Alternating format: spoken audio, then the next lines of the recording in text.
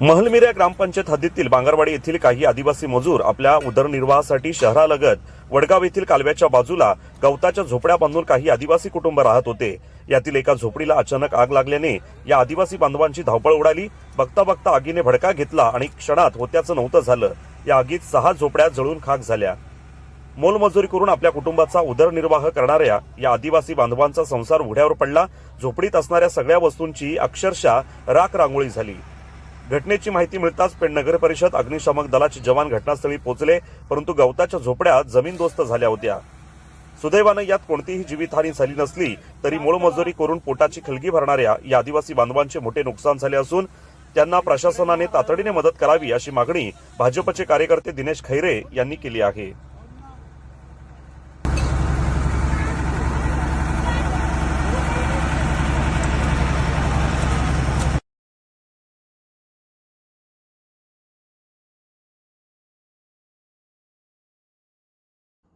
अशाच ताज्या अपडेट्स मिळवण्यासाठी आपल्या रंग मराठी न्यूज चॅनेलला सबस्क्राईब करा आणि बाजूच्या बेल आयकॉनवरती क्लिक करा। धन्यवाद।